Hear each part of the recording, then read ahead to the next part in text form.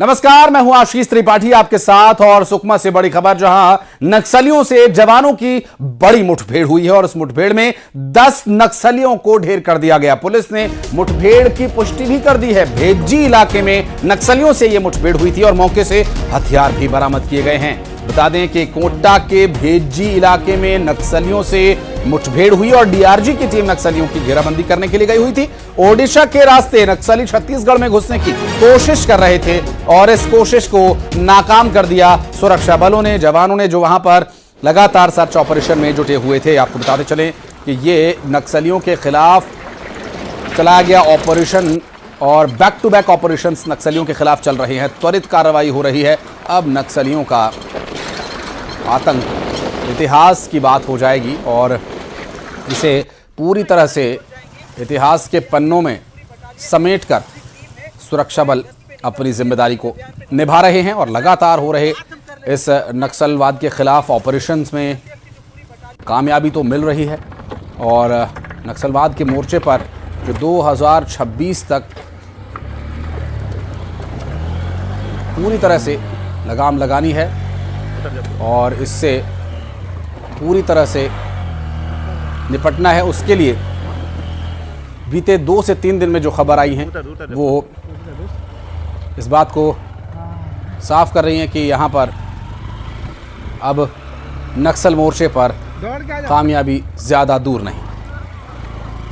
इस वक्त मैं घटनास्थल पर मौजूद हूँ। आप मैं देख सकते हैं कि ठीक मेरे पीछे ये भंडा पादर गांव है, वहाँ से कुछ ही दूरी पर ये मुठभेड़ हुई है और यहाँ से करीब 5 किलोमीटर दूर ये गांव है। और पुलिस को सूचना मिली थी कि आज सुबह इस इलाके में माओवादी हैं, जिसके बाद जो है फोर्स ऑपरेशन के लिए निकली और इस ऑपरेशन में करीब जो है 10 माओवादियों को मार गिराया और 3 ऑटोमेटिक वेपन्स मिले हैं। इस वक्त देख सकते हैं कि मेरे पीछे जवान यहाँ पर मौजूद है और रिफोर्समेंट जो है यहाँ से भेजी गई है और लगातार नक्सलियों को लेकर जवान आक्रामक नजर आ रहे हैं। जैसा कि केंद्रीय मंत्री अमित शाह ने एक टैगलाइन दी थी कि 2026 तक माओवादियों का खात्मा करना है, जिसके बाद लगातार सुकमा जिले में कैंप खोले जा रहे हैं और मुठभेड़ चल रही है और मुठभेड़ में सफलता मिली है, जिसमें 10 नक्सली मारे गए हैं और 3 ऑटोमेटिक वेपन्स मिले हैं। और साथ ही साथ सुकमा जिले के जो वरिष्ठ पुलिस अधिकारी है वो घटनास्थल पहुंच चुके हैं और इस वक्त ग्राउंड जीरो पर न्यूज 18 की टीम पहुंच चुकी है और कुछ ही देर पर हमारे दर्शकों तक जो है घटनास्थल की तस्वीरें हम पहुंचाने की कोशिश करेंगे। सदी चांडक, न्यूज 18 सुकमा।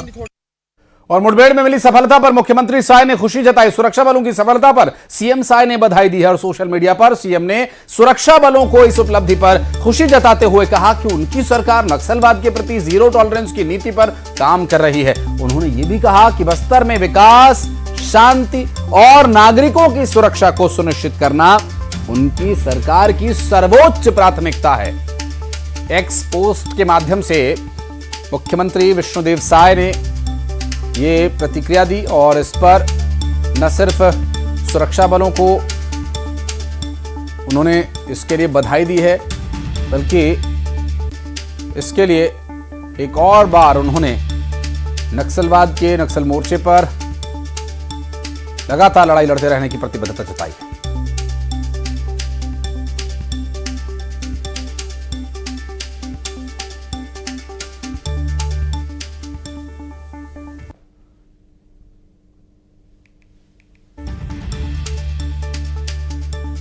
और पुलिस और नक्सल मोर्चे पर हुई मुठभेड़ पर डिप्टी सीएम अरुण साव ने भी प्रतिक्रिया दी। अरुण साव ने कहा कि हमारी सरकार बस्तर को नक्सल मुक्त करेगी। हमारे सुरक्षा बल, हमारे जवान नक्सलियों को उखाड़ फेंक रहे हैं। डिप्टी सीएम ने सुरक्षा बलों के जवानों को इस सफलता के लिए बधाई दी है।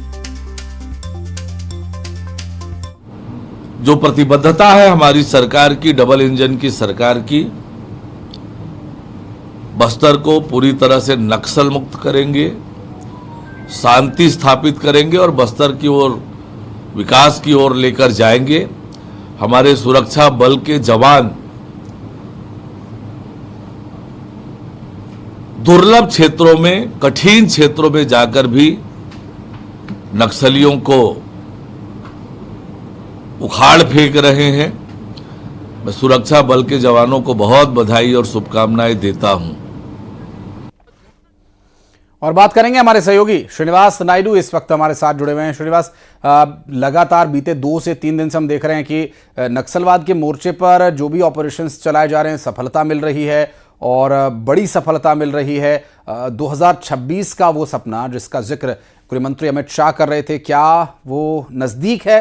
क्या ये सफलता सेना के या सुरक्षा बलों के प्रयासों का परिणाम है, या फिर कुछ और चुनौतियां हैं जिससे अभी निपटने की आवश्यकता है? जी बिल्कुल, केंद्रीय गृह मंत्री ने जो टास्क दिया था छत्तीसगढ़ सरकार और बस्तर पुलिस के जवानों को कि मार्च 2026 में बस्तर में नक्सलवाद का सफाया हो जाएगा, और उसी कड़ी में अब जवान लगातार एक एक कदम आगे बढ़ा रहे और उन कोर इलाकों में घुस रहे जहां पर माओवादियों को कब्जा रहा है। तो ऐसी कड़ी में आज जो मुठभेड़ हुई उसमें 10 नक्सलियों को जवानों ने ढेर कर दिया है। बताया जा रहा है ये जो नक्सली हैं ये बटालियन की एक टुकड़ी थी जो उड़ीसा के रास्ते से होके कहीं जा रही थी। इसको लेकर जब उसकी सूचना डीआरजी के जवानों को पड़ी तभी दोनों की ओर से लगातार मुठभेड़ हुई। इस मुठभेड़ में 10 नक्सली को मार गिरा है, साथ ही कई हथियार भी जब्त किए गए और मौके में अभी फिलहाल जो जवान है वो मौजूद है। इलाके की सर्चिंग की जा रही है। हाँ, ये जरूर है कि जो नक्सली जो इलाका है अब धीरे धीरे मुक्त हो रहा है और वो जवानों के कब्जे में आ रहा है। तो एक बड़ी सफलता के रूप में देखा जा सकता है, क्योंकि बीते दिनों कांकेर में भी मुठभेड़ हुई। अब दक्षिण बस्तर इलाके में जो कोर इलाका है उस इलाके में जो जवान है घुस रहे, उनके मांद में घुस रहे और ये ऑपरेशन करा के सफलता हासिल कर रहे हैं। जी, और निश्चित रूप से इस पूरी सफलता के लिए सभी सुरक्षा बल और सभी जवान बधाई के पात्र भी हैं। बहुत बहुत शुक्रिया श्रीनिवास आपका इस पूरे मामले पर जानकारी देने के लिए।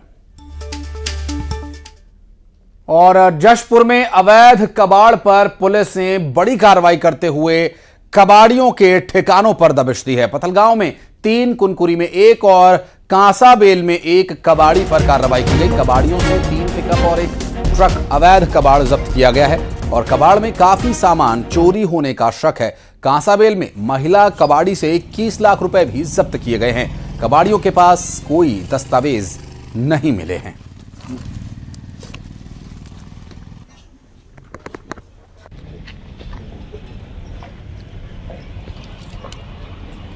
और बड़ी मात्रा में कबाड़ यहां से जब्त किया गया है और लगभग 21 लाख रुपए जब्त किए गए हैं कबाड़ी से, और साथ ही कबाड़ भी भारी मात्रा में जब्त किया गया। और देखिए कैश भी इनके पास से मिला है और इस कबाड़ में काफ़ी सामान चोरी का हो सकता है, ऐसी आशंका जताई जा रही है। और बड़ी मात्रा में ये अवैध कबाड़ जब्त किया गया है और इसके कोई कागजात नहीं है, चूँकि अमूमन कबाड़ में मिला हुआ सामान पूरी तरह से क्रश किया जाता है, इसे इतनी अच्छी कंडीशन में या साबुत नहीं रखा जाता है।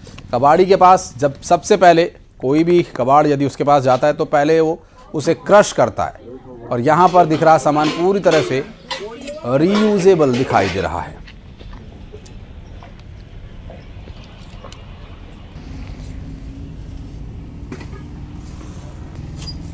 और जशपुर से हमारे सहयोगी दीपक इस वक्त हमारे साथ जुड़ गए। दीपक, कब की है ये घटना और क्या कुछ सफलता मिली है और क्या डिटेल्स मिल पा रही हैं अभी कबाड़ को जब्त किए जाने के मामले में?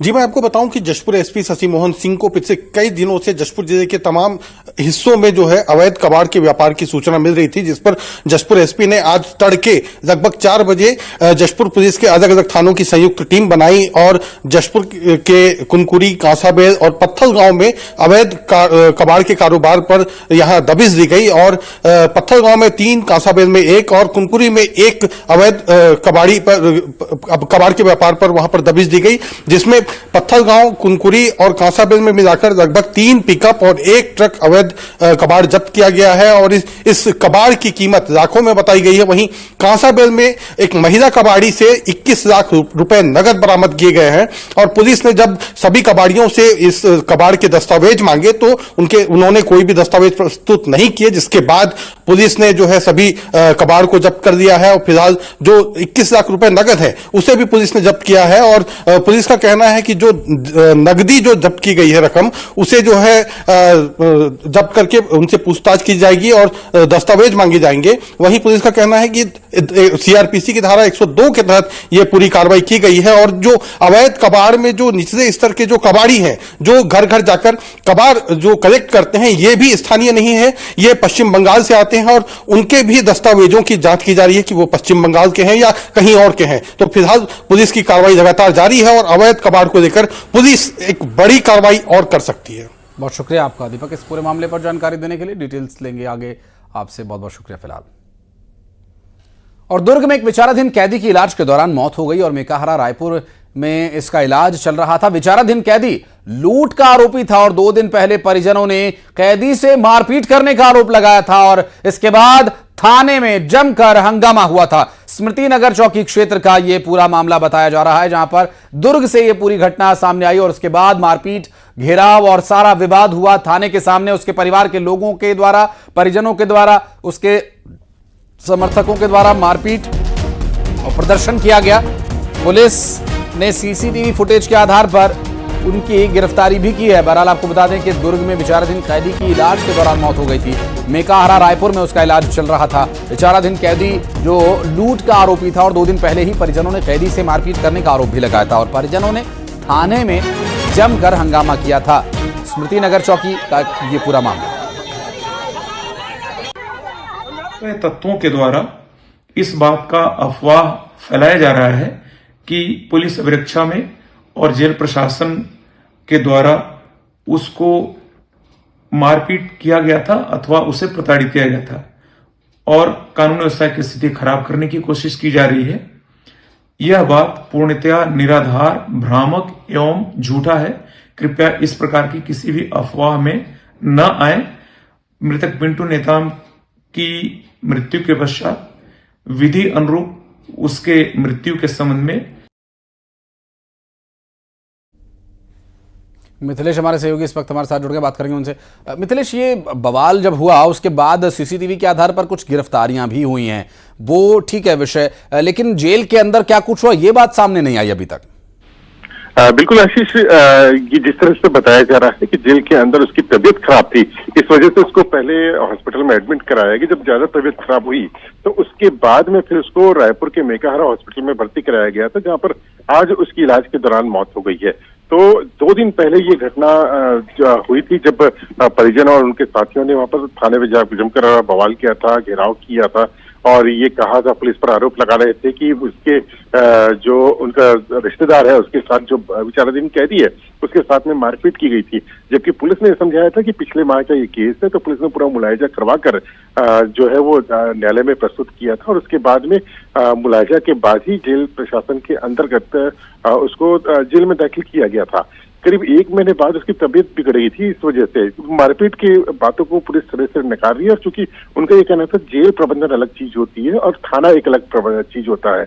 अब वो उनका जो थाने मारे हैं उसका जो समस्या का निवारण वो जेल प्रबंधन ही कर सकता है और यही वजह कि ये पूरा मामला हुआ था। उसके बाद में बवाल हुआ, किसी तरह शांत हुआ, लेकिन पुलिस के साथ जो हुज्जत हुई थी उस मामले में सीसीटीवी कैमरे देखकर 12 जो लोग थे उनके खिलाफ में आज एफआईआर दर्ज की गई है और सीसीटीवी पुलिस और निकाल रही है।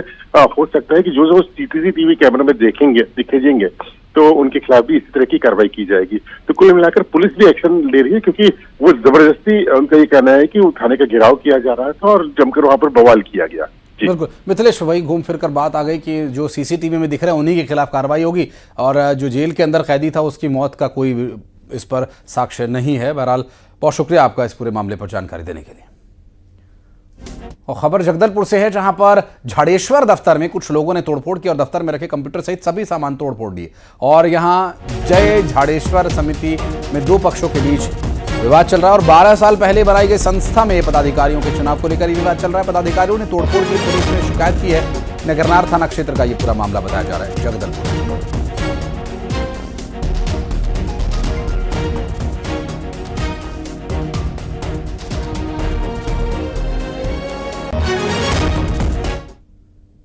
और अगली खबर कांकेर से, जहां एक युवक का शव मिलने से सनसनी फैल गई। दुर्ग जिले के रानी तराई के पास फांसी के फंदे पर लटकता हुआ यह शव पाया गया। इससे पहले युवक के घर उसकी प्रेमिका की लाश मिली थी। पुलिस उस युवक की तलाश कर रही थी और अब युवक का शव मिला है। चारामा थाना क्षेत्र का यह पूरा मामला बताया जा रहा है।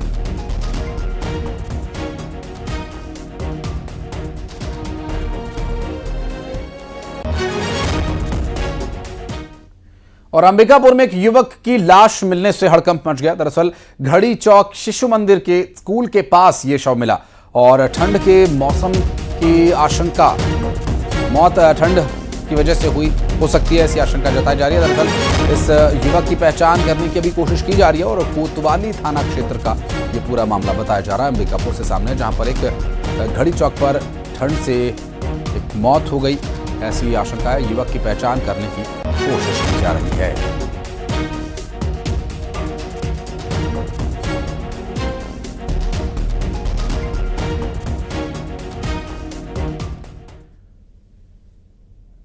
और जांजगीर चांपा में हसदेव नदी से रेत का अवैध खनन धड़ल्ले से जारी है। केंद्रीय मंत्री तोखम साहू के निर्देश के बाद भी अवैध खनन नहीं रुक रहा है और खनिज विभाग अवैध खनन पर लगाम नहीं लगा पाया है।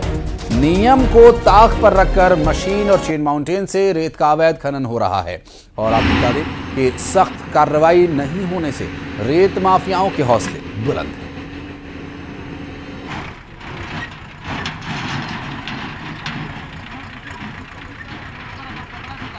जिले में रेत का अवैध उत्खनन के संबंध में लगातार शिकायत भी प्राप्त हो रही है और कार्रवाई भी हो रही है। कार्रवाई में हमने काफ़ी चैन माउंटेन से लेकर के जो है सभी प्रकार के वाहनों को जब्ती की भी कार्रवाई की गई है।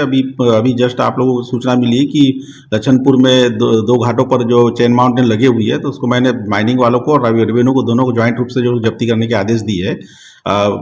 लगातार जिला प्रशासन और माइनिंग या रेवेन्यू की तरफ से जो है लगातार कार्रवाई भी जिले में चल रही है। हसदेव नदी में लखनपुर रेत घाट में अवैध तरीका से रेत का उत्खनन हो रहा है, जहां पे खनिज विभाग मौन साधे हुए हैं और खनिज विभाग के नाक के नीचे इस तरह के रेत उत्खनन हो रहे हैं। और साथ में जिस तरह के हसदेव नदी का चीरहरण किया जा रहा है, आप देख सकते हैं जिला प्रशासन के नाक के नीचे इस तरह से चैन माउंटेन से रेत उत्खनन की जा रही है। जबकि नियम में यह है कि रेत घाट में मजदूरों के माध्यम से रेत में गाड़ी में रेत का लोडिंग करना है और यहाँ ठेकेदार की मनमानी पर कहीं न कहीं जिला प्रशासन सहित खनिज विभाग नतमस्तक है। अभी वर्तमान समय में कुछ ही दिन पहले ही यहाँ जब केंद्रीय मंत्री तोखम साहू से इस मामले पर जब मीडिया वालों ने सवाल किया तो उनका कहना था कि यदि शिकायत मिलती है तो इस तरह की कार्रवाई निश्चित रूप से हम खनिज विभाग के अधिकारी के ऊपर करेंगे। इनके लिए संपूर्ण जिम्मेदारी खनिज विभाग के अधिकारी है। और हम यह भी कहना चाहते हैं कि जब हमने खनिज अधिकारी हेमंत चेरपा से जब बात किया तो उनका कहना है कि इस तरह की रेत जो है लोगों की मांग है, इस कारण से इस तरह की बड़ी उत्खनन हो रही है और किसी तरह की कार्यवाही करने के लिए जब हम जाते हैं तो वहां चैन माउंटेन नहीं मिला था। तो जिस तरीका से यहाँ रेत उत्खनन दिन में धड़ल्ले से चल रही है, तो ऐसे में खनिज विभाग के ऊपर सवाल खड़ा होना लाजमी है कि आखिर खनिज विभाग कैसे आते हैं जिस पर चैन माउंटेन को निकाल दिया जाता है या नदारत होते हैं। यह बड़ी सवाल है। आखिर खनिज विभाग के नाक के नीचे इस तरह की अवैध उत्खनन कैसे की जा रही है और किसके साथ पर की जा रही है। और बलौदा बाजार में भी धड़ल्ले से रेत का यह अवैध खनन जारी है। कई बार कार्रवाई करने के बाद भी रेत का यह अवैध खनन रुक नहीं रहा है। नदियों से रेत अवैध तरीके से नदियों का सीना छलनी कर निकाली जा रही है। डोरा, डीह, रामपुर, कटंगी, ये नदियां यहां पर जहां रेत के अवैध उत्खनन की वजह से पूरी तरह से बेजार हो चुकी हैं। और इसके बाद अब आगे क्या होगा ये देखना होगा।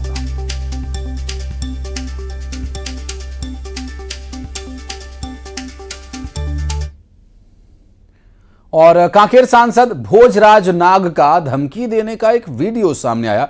दरअसल सांसद ने सड़क निर्माण एजेंसी के प्रोजेक्ट मैनेजर को जमकर फटकारा। सड़क निर्माण में गड़बड़ी को लेकर सांसद महोदय नाराज हो गए और ग्रामीणों ने घटिया निर्माण की शिकायत सांसद महोदय से की थी। और उसके बाद भोजराज नाग बिफर पड़े और अधिकारी को, प्रोजेक्ट मैनेजर को उन्होंने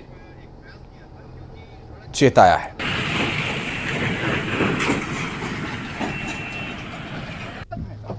पूरा खो दे, तुम झूठ मत बोला करेगा 3 दिन में फिर बताना मेरे।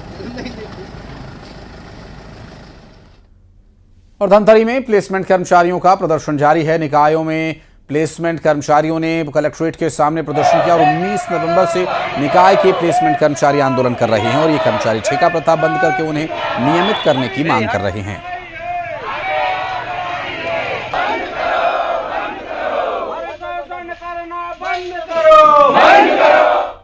और रायपुर दक्षिण उपचुनाव के लिए मतगणना कल सुबह 8 बजे से शुरू होगी। सेजबहार के कॉलेज में मतगणना का स्ट्रांग रूम बनाया गया और 3 लेयर सिक्योरिटी में उसकी व्यवस्था की गई है। 20 से ज्यादा जवान यहां तैनात रहेंगे और सीआरपीएफ के साथ पुलिस के जवान भी तैनात रहेंगे। स्ट्रांग रूम के अंदर और बाहर 56 कैमरास लगाए गए हैं और 19 राउंड्स की काउंटिंग यहां पर होनी है। रायपुर में तैयारियां पूरी तरह से मुकम्मल कर ली गई।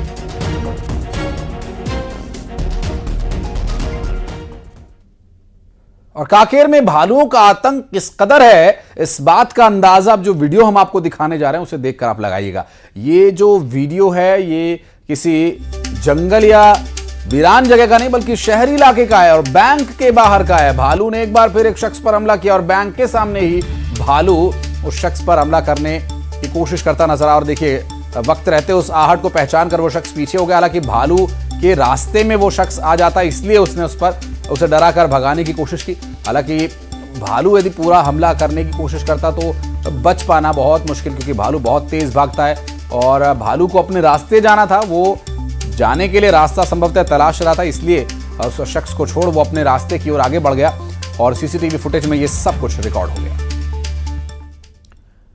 और अंबिकापुर में खेत में आग लगने से हड़कंप मच गया। दरअसल आग लगने से धान की जो फसल है पूरी तरह से जलकर राख हो गई और किसान जिसके खेत में ये आग लगी थी उसका आरोप ये है कि ये आग किसी के द्वारा लगाई गई है और इस आग को लगाने के पीछे शरारती तत्वों का हाथ है। और इस बात को लेकर किसान के द्वारा शक जताया गया और किसान की शिकायत के बाद पुलिस जांच में जुटी हुई है। कुन्नी चौकी क्षेत्र के अरगोती गांव का यह मामला है।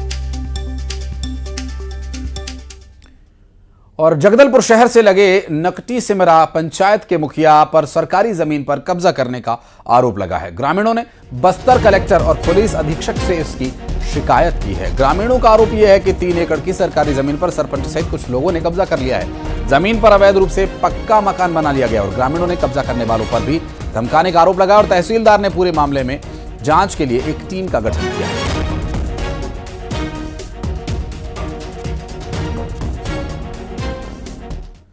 और 20 बड़ी खबरें फटाफट अंदाज में।